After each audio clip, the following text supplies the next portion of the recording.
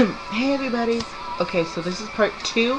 Hopefully by the time I get this done, the other one will be done processing. Okay, so where I left off was... Oh, okay. So, we had to move. A little bit of a backstory. Since my stepfather leaving,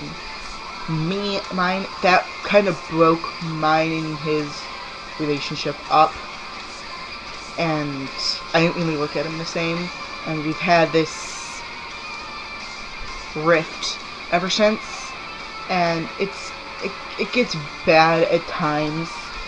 It came to a boiling point on my 16th birthday. On my 16th birthday, I didn't have a sweet 16. I'm happy I didn't end up in jail. My stepfather was upset about whatever he gets upset about, and I'm a naturally headstrong person, so if you start yelling at me and I know I did nothing wrong, I'm gonna yell back. My mom knows this. I feel so bad because I think it also might have something to do with why she lost her job. But yeah, so there are unresolved issues with my stepfather, especially because a lot of what happened in my past caused me mental problems, in a way, to the point that I ended up having to go to Laurelwood, which kind of gives away my location. If anybody knows where Laurelwood is, it's kind of like a mental rehabilitation clinic. But I was there for a stint.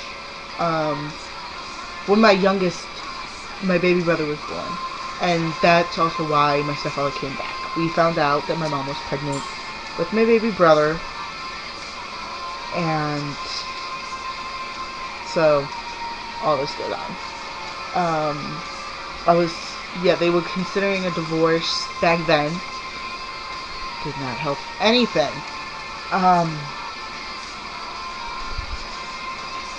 But yeah, so I went to Laurelwood. My brother was born in November. The brother that was already around, he was born in September. So yeah, January, we have a birthday almost maybe every month. Mine's January, my mother's February, my stepfather's July, my brother's September, my other brother's November. Oh my god. But, yeah. So, unresolved issues with that. But it came to a head on my 16th birthday. We had a snow day where I live. Sorry. I know. So attractive. But we had, a snow day. So we didn't go to school. And my stepfather had a problem with putting what he didn't want to do onto me and my brothers. If he didn't want to do something, it automatically became, oh, this is your chore. It's like, why is this my chore? But it got to a boiling point. There were words exchanged. I got in his face because I'm honestly really not scared of him. I'm really not scared of anybody. And to give you a mental picture of my stepfather, he is 6'4", 200 and some odd pounds. So and I'm 5'6". I'm 5'6". Weight is not important. I swear to God, anybody asks me my weight, think about what would happen if you asked somebody in real life. They would probably slap you. But I'm 5'6". He's 6'4". And he was getting pissed, talking about how his favorite thought was he was going to put me through a wall. And I got upset. I stepped in his face and I said, I dare you to do it. I dare you to do it. The second you do, you know I will call the police. And I will make your life extremely hard. In certain words. Different words, Same idea. But, and I called my mother up and said, I can't live with him. I just cannot, I can't emotionally live with him. I can't live with him anymore. I can't emotionally do it to myself because I was so depressed and so upset and so high-strung all the time that it didn't really help anything. So, and after he decided to move out, everybody even said, at least with me, I was calmer, I was mellowed. So it did take a lot of problems away. But, we lost the house, so we had to move to cottages. It wasn't far, but it was still a move that I didn't want to make. I had moved so much up until that point, I didn't want to move anymore. Like, we got the house, I'm like, okay, I don't want to move. But we had to, because one, my mom couldn't afford it, and two, we couldn't be homeless. So we moved into cottages that were across the way from my stepfather. And oh my god, I flipped. I'm like, oh my god, he's gonna come back. He's gonna come back into our lives, and he's gonna come back into the house, and I can't do it. I just can't. I went to my mother about this, and I talked to her about it in counseling, because I've been in counseling since I was about 8. Well, no, 9. From 9 until 18, I was in counseling. I'm supposed to still be going, but I can't get a hold of any counselors, so. But, so there's that part. But me and my mother lived in one cottage, my stepfather lived in another, and my brothers would go back and forth.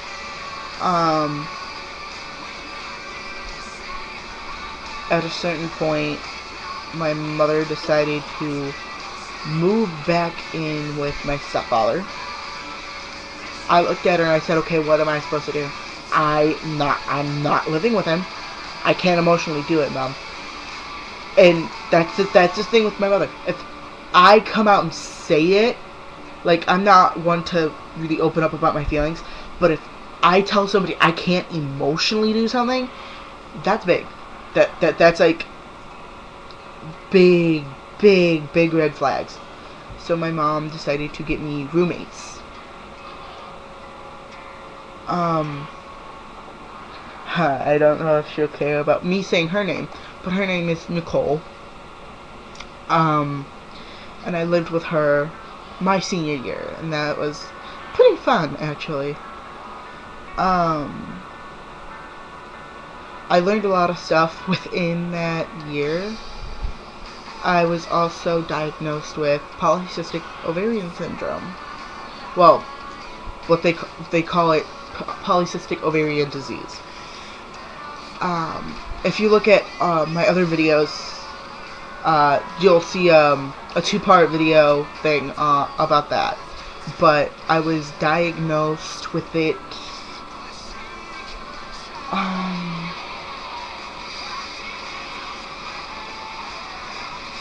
when I was 17. Oh god. It was like October, November, December, around there. So I was diagnosed December-ish, and I was 17. And they found out that I had an 11 centimeter cyst on my left ovary. There were cysts on both ovaries, but one was just bigger than the other. Because if, as I said in the other video, if you have it on one, it's just a cyst on an ovary. If you have it on both, that's when it becomes a problem. And up until that point, I never figured out anything was wrong with me. I just thought, oh, the hair on my face is because I'm Italian. Oh, this is because I'm Italian. That's because I'm Italian. But, and I was making excuses, and I openly admit that. If you guys can tell, I am bigger. It's not, I do admit I had an eating disorder. And of course, I know I'm gonna get some arrogant idiot. You had an eating disorder? What's it called? Fast food syndrome? I'm like, no. It's called compulsive eating. It's called compulsive eating disorder. it's, well, there's that, and then there's binge eating disorder, which I'm kind of a mixture of both. I would go on week-long binges. Just weeks of eating everything. Oh gosh.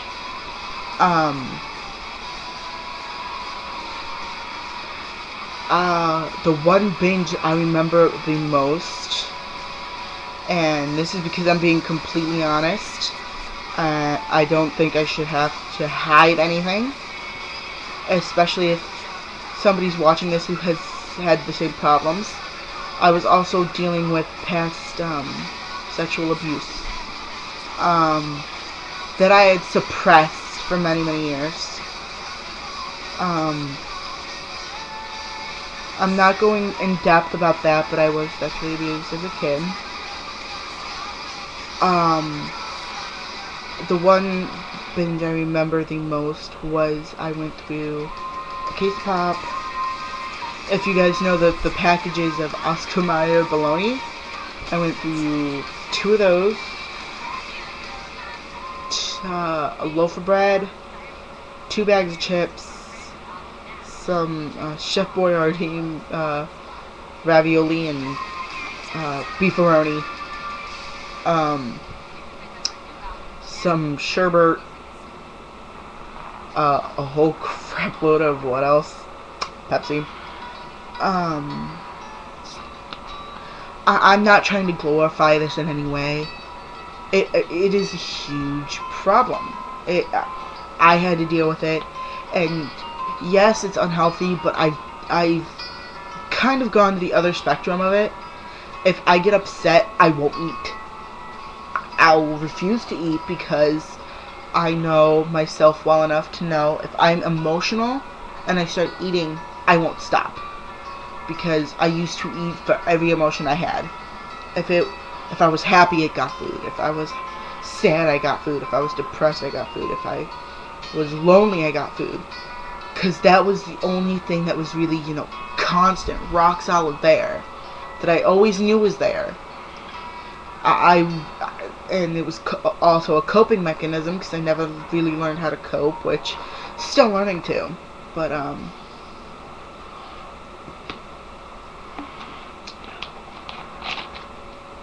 yeah. So, with that came weight issues. I've always been a bigger person. Bigger person. And I mean,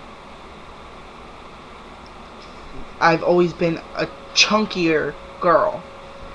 I could show pictures, if I could find any, of me back then, and I was skinnier than I am now, actually, and I didn't really do as much as I do now. I walk more now and do all this stuff, but I'm still bigger than I was when I lived in Painesville and ate so much. Okay, yeah. I lived in Painesville, Ohio. At one point, I do not live there now, so that really doesn't matter. And, because, yeah, you guys can try and go to Painesville and find me. You're not going to. But, yeah. So, I ate 10 times as much as I did back then. I ate 10 times more than I do now back then. Now I maybe eat... I'm gonna get yelled at. But I eat, like, maybe 1 meal a day. And that's normally dinner. And I have, like... Since I got diagnosed with the polycystic, I also was diagnosed with insulin resistance, which is kind of like diabetes, except I have the insulin, my body doesn't know how to use it. So I'll get dizzy if I don't eat.